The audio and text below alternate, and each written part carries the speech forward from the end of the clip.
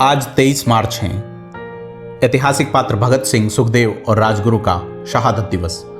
Google search में Tribune का वह पुराना अंक आंखों के आगे उभरा है जिसमें इन्हें फांसी दिए जाने का जिक्र है। तिरछी टोपी लगाए एक बांका नौजवान जिसकी आंखों में आंखें डालकर रखने की हिम्मत मुझ में नहीं है। 90 साल पुराना यह अखबार वाला फोटो सवाल करता है जिसका कोई जवाब नहीं है। यह भी पूरा विश्वास है कि आजाद भारत में आई सरकारों की भी यह हिम्मत नहीं रही होगी कि भगत सिंह की फोटो से भी आंख मिला सकें। ओह, यह अकड़ और इसका यह अंदाज। इसकी कार्बन कॉपी भी नहीं बची हमारे में। याद करो, यही तो वह पहला शख्स था जिसने 1926 में ही तत्कालीन नेताओं की कार्यशैली देखकर कह दिया था, इस देश से गोरे अंग्रेज चले जाएंगे, काले राज करेंगे। मार्केट वाली दुनिया के लोग इसकी जयंती 28 सितंबर को याद भी नहीं रखते क्योंकि उन्हें पता ही नहीं कि आज के दिन भगत सिंह पैदा हुए थे। पूरी दुनिया के ज्ञात इतिहास में एकमात्र ऐसा बंदा भगत सिंह है जो मात्र 23 साल जिया और एक विचारधारा देकर चला गया। हैरत होती है कि उसके पीछे ना कोई संगठन बचा, ना ही पंथ, पार्टी, चेले चपाटी, लेकिन वह अपने नहीं होने के 90 साल बाद भी प्रासंगिक हैं। बाकी पूरी दुनिया में जितने भी दर्शन हैं, उनके प्रणेताओं की उम्र भगत सिंह से अधिक ही रही है। गांधी जी को गोडसे ने क्यों मार डाला हम नहीं जानते, लेकिन वह सिर्फ 23 साल जिया और ऐसा जिया कि हमारे मन से आज भी नहीं मरा। आप सोचिए कि खेतों में बंदूकें उगाने का सपना देखने वाला एक छोटा सा बच्चा जलियांवाला बाग कांड से इतना आहत होता है कि थोड़ा सा बड़ा होकर ब्रिटिश साम्राज्यवाद की चूलें हिला देता है। भगत सिंह को उसकी फांसी की वजह से ही पहचाना जाता है। जयंती का पता नहीं, बल्कि उसकी शहादत तिथि 23 मार्च जरूर याद रखी जाती है। सरकारें भी यही चाहती हैं कि भगत सिंह उन हजारों फांसी पाने वालों में से ही एक बनकर रहे। उसकी शहादत पर बात होती है, भगत सिंह के पैदा होने पर जश्न नहीं होता। देश में सरकारों ने भी यही कोशिश की कि भगत सिंह को इससे ज्यादा वेटेज नहीं दिया जाए। यदि आप एक प्रभावशाली व्यक्ति हैं तो सरकारों को लगता है कि आपसे ज्यादा खतरा नहीं है। अपनी एजेंसियों की मदद से आपका प्रभाव वह कभी भी कम कर सकती है। परंतु आपके पास प्रभावशाली विचार हैं तो आप सरकार के लिए खतरनाक हो सकते हैं। ऐसे में आपकी छवि ठंडे बस्ते में डाले जाने से ज्यादा कुछ नहीं है। सरकार आज भी भगत सिंह के विचारों पर चर्चा नहीं करना चाहती। अंग्रेजों ने उन्हें इसलिए फांसी नहीं दी थी कि उन्होंने सैंडर्स का वध किया था। फांसी इसलिए दी गई थी, भगत सिंह एक प्रभावशाली विचार हो गए थे जिन्होंने देश के मन में चिंगारी लगा दी थी, आजादी के लिए विलोड़न पैदा कर दिया था। विचार कभी सरकारों को पसंद नहीं आते। आपको उनके दो विचार बताते हैं। पहला, गोरे अंग्रेज जाएंगे तो भूरे और काले राज करेंगे। राजनीतिक लूट की ओर इशारा करने वाला वह पहला व्यक्ति था। दूसरा, भाषा के बिना देश नहीं बनता, परंतु हिंदुस्तान की एक भाषा की बजाय एक लिपि की जानी चाहिए। देवनागरी श्रेष्ठ और वैज्ञानिक लिपि है। पंजाबी, कन्नड़, तेलुगु, राजस्थानी, गुजराती, तमिल, मलयालम, बंगला अलग अलग लिपियों में नहीं लिखकर इसी देवनागरी में लिखी जाए तो अन्य राज्यों का संवाद सहज और सरल होगा। इससे राज्यों के लोगों में सीधा संवाद कायम हो सकेगा। यह बात भगत सिंह ने 8वीं कक्षा में पढ़ते वक्त एक लेख में लिखी थी, करीब 100 साल पहले। आज व्हाट्सएप और इंटरनेट पर हम अपनी भाषा के शब्द इंग्लिश में लिखते ही हैं, लेकिन एक लिपि के संबंध में सरकारों ने विचार ही नहीं किया। आप देखिए, आपको नेपाली, मराठी, भोजपुरी, मारवाड़ी और संस्कृत तक पढ़ने के लिए अलग लिपि की आवश्यकता नहीं, परंतु आप तमिल या अन्य भाषा के लिए लिपि सीखने को मजबूर है। अंग्रेजी लिपि जानते हैं तो फ्रेंच, जर्मन, स्पेनिश आसान हो जाती है।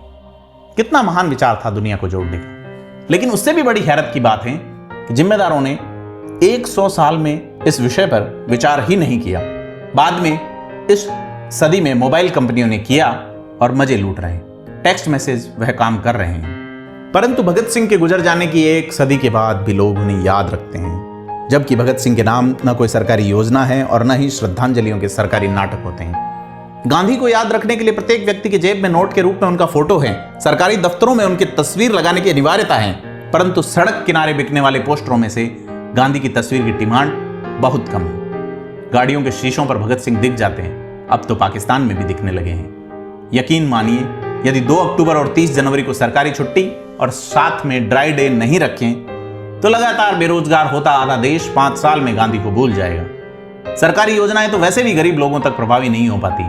सरकारी योजनाओं में नाम देकर गांधियों, नेहरूओं, वाजपेयियों को सरकारें जीवित रख रही हैं और लोग 100 साल बाद भी उसे नहीं भुला पा रहे।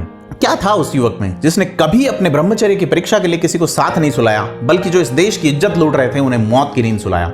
न जाने क्यों भगत सिंह के नाम से ही मन में एक त्वरा उठती है तो एक हुक बरबस ही हृदय को महसूस देती है। आजादी की लड़ाई में सैकड़ों हजारों लोग लड़े मरे, परंतु भारतीय स्वतंत्रता संग्राम पढ़ते वक्त गांधीवादियों का जेल जाना हमें किसी घटना की तरह लगता है जो इतिहास में हुई अन्य घटनाओं की तरह ही लगती है।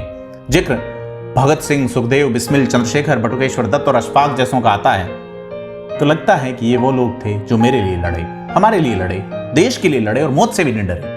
कुछ लोग यह भी एक तर्क देते हैं कि गांधी चाहते तो भगत सिंह को बचा सकते थे। इरविन की आत्मकथा और गांधी के इस मुद्दे पर दिए गए बयानों में विरोधाभास यह साबित भी करते हैं कि गांधी इरविन समझौते में भगत सिंह की फांसी टालने के लिए प्रयास समर्पित भाव से नहीं हुए थे। गांधी खुद भगत सिंह का कद छोटा करने के लिए उनसे मर्सी पिटीशन लिखवाना चाहते थे, लेकिन वह जानता था कि क्रांतिकारी विचार बिना फांसी झूले आगे नहीं बढ़ेंगे। बंदे ने मर्सी पिटीशन तो नहीं लिखी, लेकिन मां को पत्र लिखा और यह लिखा, बेबे तुम मत आना, कुलबीर को भेज देना लाश लेने के लिए। आप रो पड़ी तो लोग कहेंगे देखो भगत सिंह की मां रो रही है। कितने निर्दयी थे तुम भगत सिंह, और निर्दयी भी उनके लिए जो इतने डरपोक थे कि तुम्हारी एक भूख हड़ताल से डर गए, तुम्हारे जीवित रहते हुए डरे और तुम्हारी शहादत के बाद तुम्हारे शव से भी वे डर गए और जेल की पिछली दीवार तोड़कर शवों के टुकड़े करके उन्हें नदी में फेंक दिया।